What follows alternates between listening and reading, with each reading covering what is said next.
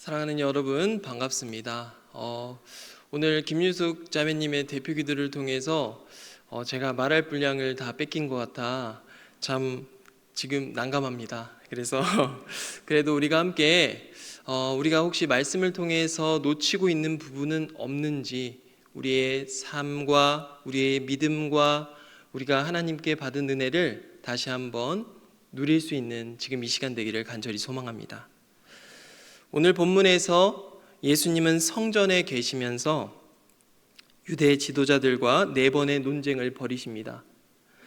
세금 문제, 부활 문제, 계명 문제, 그리고 다윗 자손의 문제였습니다. 그들은 예수님을 말의 올무에 걸리게 하려고 마지막으로 한 율법사가 나와 질문합니다. 선생님, 율법 중에 가장 큰 계명은 무엇입니까?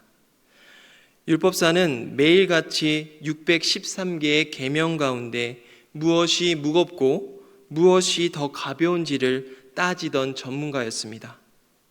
예수님의 답변에 빈틈이 있기를 바랬지만 율법 조항을 하나를 고르지 않으셨습니다. 대신 율법 전체를 꿰뚫는 중심, 곧 하나님 사랑과 이웃 사랑을 말씀하셨습니다. 시험하려는 질문은 오히려 계명의 본질을 밝히는 계기가 되었습니다. 그렇다면 율법의 본질은 어디서부터 시작되었을까요? 이스라엘 역사 속에서 율법은 언제나 중요한 위치를 차지했습니다. 그러나 시대마다 사람들의 이해와 강조점은 달랐습니다. 시내산에서의 율법이 다르고 신명기에서의 율법이 다릅니다. 예언자 시대에만 보면 형식만 남은 제사를 꾸짖으며 사랑과 정의의 본질을 외쳤습니다. 포로 귀환 이후에도 율법은 달랐습니다. 열심으로 율법을 지키고 때로는 그 열심으로 본질을 가로막는 담장이 되었습니다.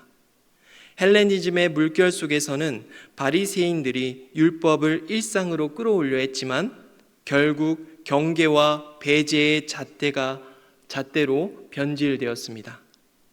그러나 본래 율법의 의도는 한 번도 가려져 있지 않았습니다. 하나님은 처음 시내산에서 계명을 주실 때부터 이미 그 본질을 분명히 밝히셨습니다. 출애굽기 20장을 통해서 우리는 그 이야기를 볼 수 있습니다.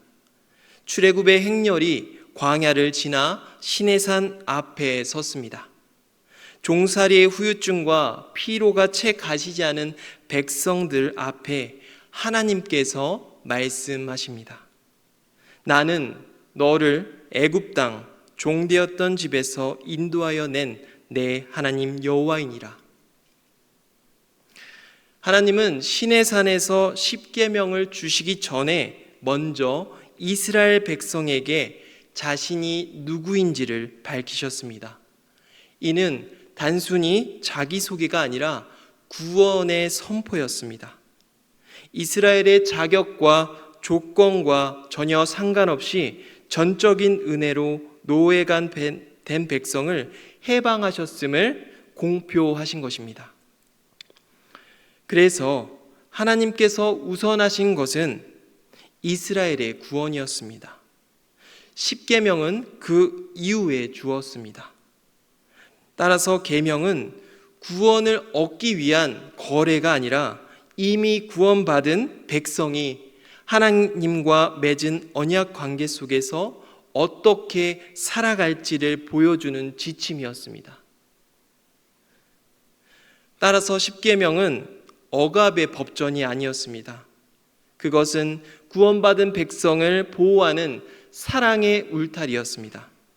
그 울타리 안에서 백성은 하나님을 잊지 않고 서로를 존중하며 다시는 종살이의 사슬에 묶이지 않기를 바랬던 것입니다. 그날 이후 이스라엘은 단순히 해방된 민족의 집단이 아니었습니다.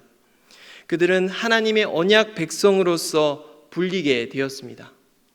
하나님이 그들을 애굽에서 건져낸 이유는 그들과 언약을 맺고 자신의 백성으로 삼으신 것이었습니다. 이것이 하나님께서 그들을 구원하시고 그들에게 계명을 주신 이유였습니다. 이스라엘의 정체성은 계명을 얼마나 잘 지키느냐에 따라 달라지지 않았습니다. 계명을 통해 드러나는 하나님과의 지속적인 언약 관계가 그들의 존재 이유였습니다. 그들의 순종은 그 언약적 사랑에 대한 응답이었습니다. 따라서 이스라엘은 계명을 통해 무엇을 해야 하는가 보다 누구의 백성인가를 확인하는 것이 정말 중요한 점이었습니다. 계명은 억압의 족쇄가 아니라 하나님 품 안에 거하는 울타리가 되었습니다. 시간은 흐르며 이스라엘의 아침과 저녁에는 늘 같은 기도가 울려 퍼졌습니다. 이스라엘아 들으라, 우리 하나님 여호와는 오직 유일한 여호와이시니 너는 마음을 다하고 뜻을 다하고 힘을 다하여 내 하나님 여호와를 사랑하라. 부모들은 자녀들을 무릎에 앉히고 이 말씀을 가르쳤습니다. 아이들이 잠들기 전에도 아침에 눈을 뜰 때도 가장 먼저 입술에 올린 것은 이 고백이었습니다. 사람들은 집 문설주에 이 말씀을 새기고 손목에 매달고 이마에 붙이며 잊지 않으려고 부단히 노력했습니다. 그래서 그들은 기억에 가장 가까운 자리에 두려고 항상 노력했습니다. 그들은 하나님의 백성으로서 율법을 사랑하며 행했습니다. 하나님이 주신 마음과 뜻과 힘을 다하여 계명을 행했습니다. 그러나 익숙함은 때로 무뎌짐을 낳습니다. 제사가 반복되고 절기가 지켜질수록 계명의 본질은 사라지고 형식만 남아 사람들의 마음은 하나님에게서 멀어져 갔습니다. 율법은 본래 하나님 사랑과 이웃 사랑의 길이 있었으나 백성은 그것을 외적인 의무와 종교적 행사로 바꾸어 버렸습니다. 그때 하나님은 예언자를 세워 잊혀져가는 율법의 본질을 다시금 외치게 하셨습니다. 제사보다 궁유를, 형식보다 정의를 강조하셨습니다. 그래서 호세아 선지자는 이렇게 외쳤습니다. 나는 제사보다 인애를, 번제보다 하나님 아는 것을 원한다. 미가는 정의를 외면하는 백성들에게 이렇게 선포했습니다. 여호와께서 구하는 것은 정의를 행하고 인자를 사랑하며 겸손히 내 하나님과 함께 행하는 것이 아니냐. 또 아모스 시대에는 북이스라엘이 경제적으로 번영했지만 부자는 가난한 자를 짓밟고 억울한 자들의 송사를 외면했습니다. 그럼에도 성전에서는 제사와 노래가 가득했습니다. 그래서 하나님께서는 그것을 분노하시며 말씀하십니다. 내가 너희 절기들을 미워하여 멸시하며 너희 성회들을 기뻐하지 아니하노라. 오직 정의를 물같이 공의를 마르지 않는 강같이 흐르게 할지어다. 하나님은 성전 안에서만 울려 퍼지는 노래가 아니라 동네 골목과 밭두렁과 재판장과 성문 앞 시장터까지 흘러가는 사랑과 정의의 삶을, 계명이 회복된 삶을 원하셨습니다. 이것이 바로 예언자의 외침이었고 율법의 본질을 다시금 드러내는 부르심이었습니다. 하지만 백성들은 아직도 본질에 다가서기 어려웠습니다. 예언자들의 경고에도 불구하고 백성은 본질에서 멀어져 결국 포로의 길을 걷습니다. 바벨론 포로기가 지나 예루살렘으로 돌아온 백성은 다시는 하나님의 말씀을 잊지 않겠다고 다짐했습니다. 성벽 재건 후 에스라가 율법책을 높이 들고 낭독하자 광장에 모인 백성들이 모두 자리에서 일어나 귀 기울였습니다. 그들의 마음은 찔림을 받아 울며 아멘으로 응답했습니다. 이는 단순한 집회가 아니라 말씀을 중심으로 새로운 공동체가 탄생하는 순간이기도 했습니다. 그러나 이것도 잠깐, 시간이 흐르자 말씀을 지키려는 열심은 또 다르게 변형되어 발전했습니다. 안식일을 더 엄격하게 구분하고 정결 규례를 세밀히 확대하고 할례를 민족의 정체성으로 삼았습니다. 이것이 변형된 모형입니다. 처음에는 우상 숭배와 혼합주의로부터 신앙을 보호하려는 순수한 열정이었으나 세대가 지나가면서 사랑의 울타리가 아니라 타인을 배제하는 담장이 되어버렸습니다. 그래서 이런 일도 있었습니다. 이방인과 결혼한 자들을 내쫓는 사건이 있었고 안식일에 장사하는 상인을 몰아내는 조치가 있었습니다. 이는 처음에 경건의 실천이었지만 점차 이것이 변질되어 너와 내가 다르다, 격이 다르다라는 선을 긋기 시작했습니다. 율법은 본래 사랑을 지키는 울타리였으나 그 울타리가 높아져 타인을 배척하는 장벽으로 변질되었습니다. 변질된 이유로는 회복되는 것이 정말 쉽지 않았습니다. 시간은 또 흘러 알렉산더 대왕의 정복 이후 헬레니즘 문화가 팔레스타인 전역을 휩쓸었던 때입니다. 그리스 철학과 사상, 헬라식 경기장과 체육 문화, 그리고 이방 신정과 제의가 일상 곳곳에 묻어 있었습니다. 유대인들은 민족적 정체성을 지키기 위해 더 강하게 자신만의 신앙적 표지를 붙었습니다. 안식일을 준수하고 음식을 따로 구별하여 먹고 할례는 단순한 신앙의 행위가 아니라 이방인과 자신들을 구분하는 경계선이 되었습니다. 이 과정에서 생겨난 집단이 바로 바리새인입니다. 그들의 이름은 히브리어로 페루심, 곧 분리된 자들에서 비롯되었습니다. 그들은 말씀을 멀리 두지 않고 오히려 일상의 구석구석을 말씀을 끌어올리려 했습니다. 식탁을 거룩하게 하고 생활의 작은 규범까지 정결하게 지키려는 열심이 있었습니다. 처음 그 의도는 굉장히 선했습니다. 그리고 순수했습니다. 그러나 언제부턴가 문제는 생겼습니다. 신앙을 지키는 표지가 목적 자체가 되어버린 것입니다. 형식이 우선이 되어버린 것입니다. 할례를 해야만 신앙인이고 하나님을 믿는 민족이었습니다. 음식을 가려 먹어야 그것이 바로 이스라엘 민족이었습니다. 이런 안타까운 시간이 흐르며 사람들을 평가하기 시작합니다. 배제의 도구로 변질되었습니다. 결국 사랑을 보호하려던 울타리가 사랑을 가로막는 장벽이 되어버린 것입니다.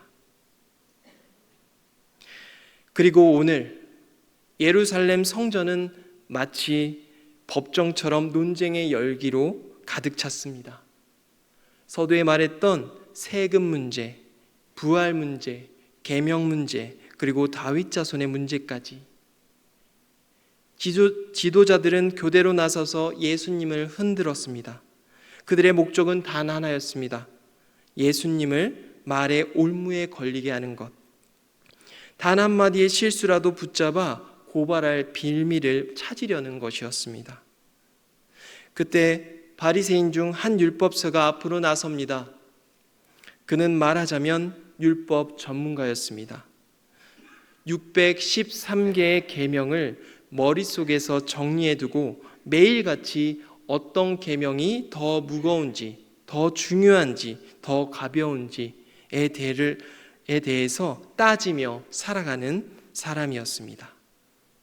그가 예수께 당당히 나와 질문합니다. 스승이여, 율법 중에 가장 큰 계명이 무엇입니까? 이 말은 당신은 율법을 어떻게 해석합니까? 무엇을 중심을 두고 살아갑니까? 이것은 시험이자 공격이었습니다. 그 대답의 빈틈을 물고 늘어지려는 것이 이자의 설계였고 그는 이미 머릿속에 그것이 그려져 있었습니다.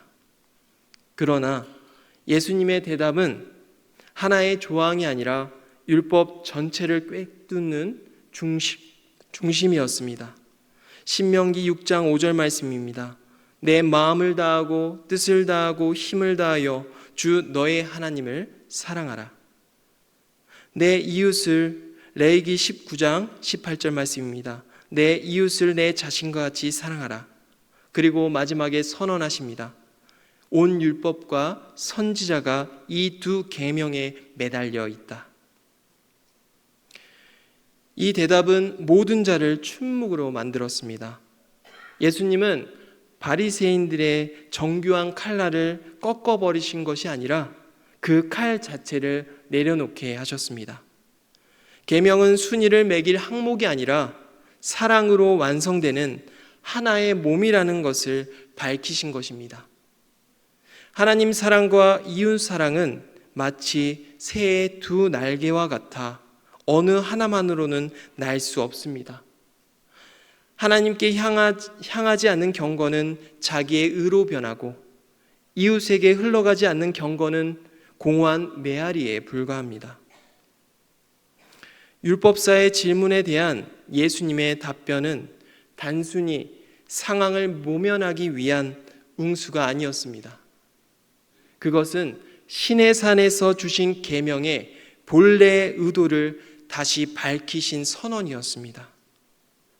하나님은 처음 율법을 주실 때 이렇게 말씀하셨습니다. 나는 너를 애굽에서 구원했다. 그러니 이제 사랑으로 살아라. 그러나 시간이 흐르면서 이 율법은 점차 사람들을 감시하고 통제하는 수단으로 변질되었습니다. 예수님은 그 잘못된 이해를 바로잡으시며 율법의 본질이 여전히 하나님 사랑과 이웃 사랑에 있음을 회복시킨 것입니다. 사도 바울은 이 맥락을 이어받아 이렇게 고백합니다. 사랑은 이웃에게 악을 행하지 아니하나니 그러므로 사랑은 율법의 완성이니라. 그렇다면 오늘 우리의 자리에서는 이 사랑을 어떻게 드려야 하겠습니까? 사랑은 감정이나 순간의 열정으로 끝나지 않습니다. 사랑은 반드시 삶 속에서 행함으로 드러나야 합니다.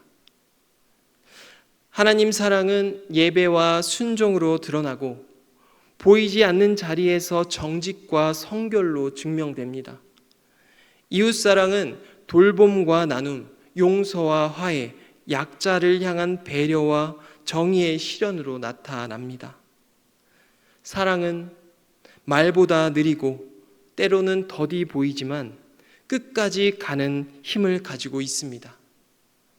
사람의 열정은 쉽게 식지만 사랑은 습관이 되고 습관은 결국 우리의 삶을 형성합니다. 시내산에서 시작된 사랑의 언약이 예루살렘 성전에서 예수님을 통해 다시 선명해졌습니다. 계명의 본질은 언제나 사랑이었고 오늘 우리에게도 그 사랑이 회복되기를 원하십니다. 바리새인의 질문은 시험이었지만 예수님의 대답은 우리가 나아가야 될 생명의 길입니다.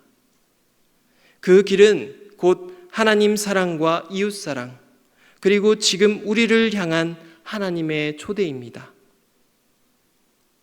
하나님을 사랑하는 것은 감정의 흐름이 아니라 하나님께 주의를 기울이는 삶입니다. 주의를 기울인다는 것은 시간을 들이고 그분과의 관계 안에 머무르며 우리의 존재가 하나님 안에서 살고 있음을 의식하는 것입니다. 곧 하나님 앞에 서려는 태도이며 일상의 모든 자리에서 하나님과 동행하는 삶입니다.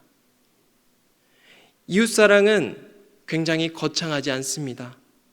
가까이 있는 사람에게 마음을 기울이는 것부터 시작합니다.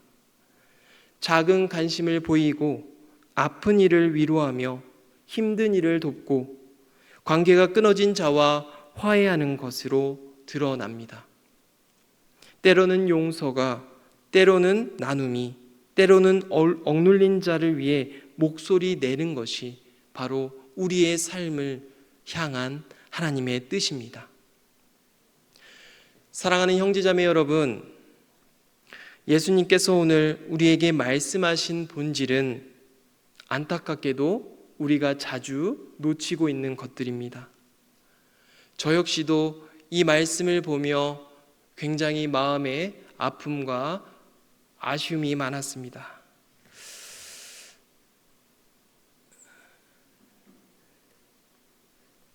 가장 기본적이고 원론적인 것이어서 그럴까요?